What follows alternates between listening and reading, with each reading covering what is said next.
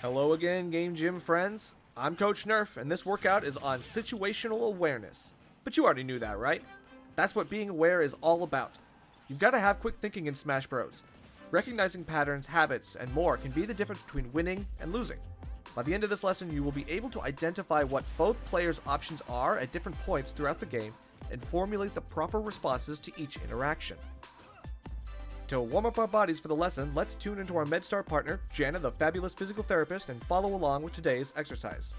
Hey guys, my name is Jana Labari. I'm a physical therapist with MedStar Health. It's important for gamers to have good, general wrist mobility for healthy gaming practices.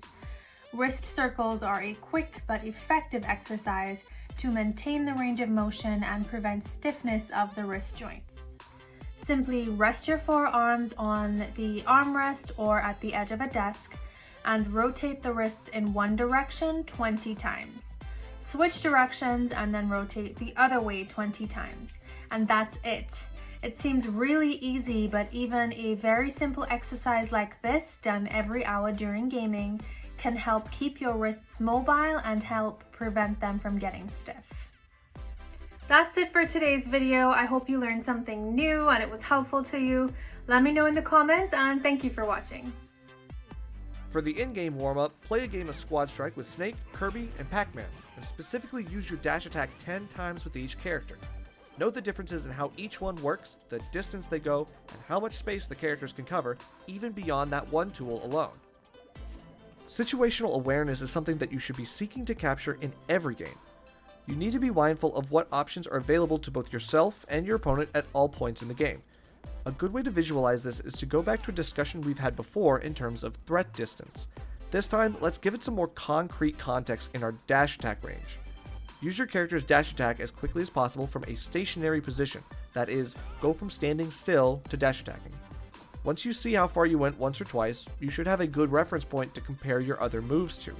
For example, Byleth has a long-range forward air and a projectile neutral special that covers a lot of space, outranging their dash attack. Some characters have these and others do not. Someone like Roy would not have a strong threat distance from forward air if he did not have insane airspeed. Because he can fly through the air so quickly, he can rival the distance he travels in dash attack.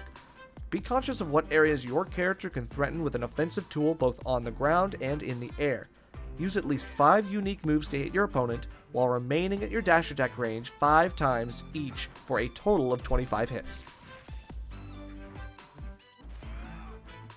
Now that you can identify what options you have and how to exert your threat distance, it's time to learn how to deal with the opponent's ability to do the same. For an example, let's look at Ganondorf.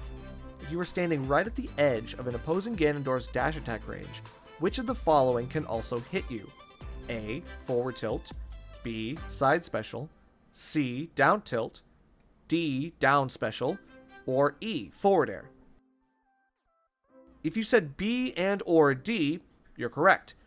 Even with a dash up, forward tilt and down tilt won't reach, and they can get really close with forward air, but Ganon's low airspeed means they can't make up that last bit of distance. At that range, you should recognize that down B, Wizard's Foot, will outrange even beyond dash attack positioning, but is easily beaten by a jump, because nothing else they do in the air will reach you. Knowing all of this, you can see that staying just outside the range of a dash attack while grounded is the minimum spacing that you can maintain against Ganondorf to be ready for any of his attacks. You must be aware of all of these options so that you can prepare and outspace them for a Whiff Punish, your counterattack on a missed move. Whiff Punish Ganondorf 15 times. Finally, let's examine what options are available to players in the air so we can be aware of them as well. When you launch an opponent up, depending on the character and even the stage that you're on, there may be many options available to them or very few. Ridley is a character with quite a few options that can get them back to landing safely.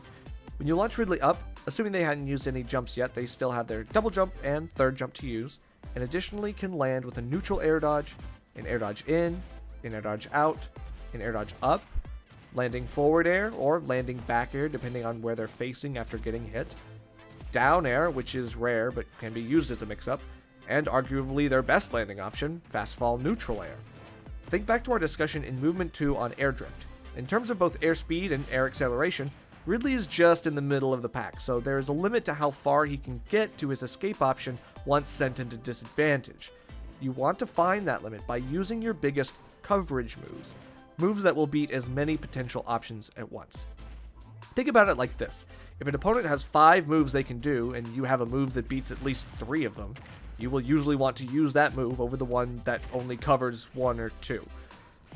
Coverage moves can either be those that last a long time, that is, they're active for a larger number of frames.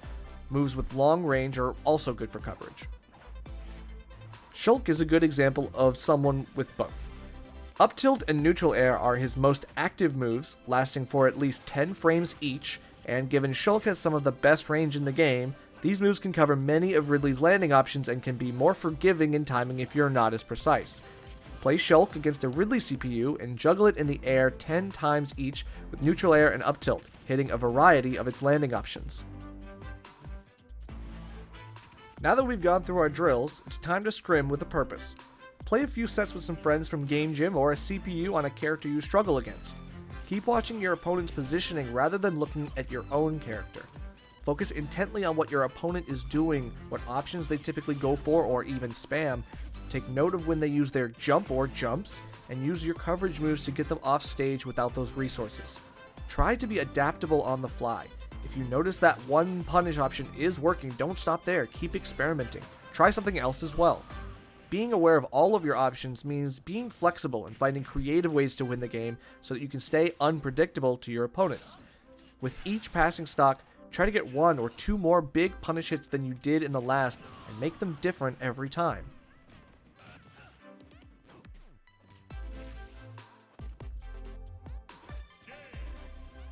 Smash is incredibly context-based. That means that for us, no 2 games will ever be alike. This is why you have to know as many characters as possible along with the stages you'll be playing on. Situational awareness is being prepared for any combination of the options available to players in the moment. When you get a chance, try these same drills in the lesson with a different character, both on the attacking and defending position, and do them on different stages as well. Learn as much as you can about the context clues of Smash. Thanks everyone, hope to see you in the next lesson.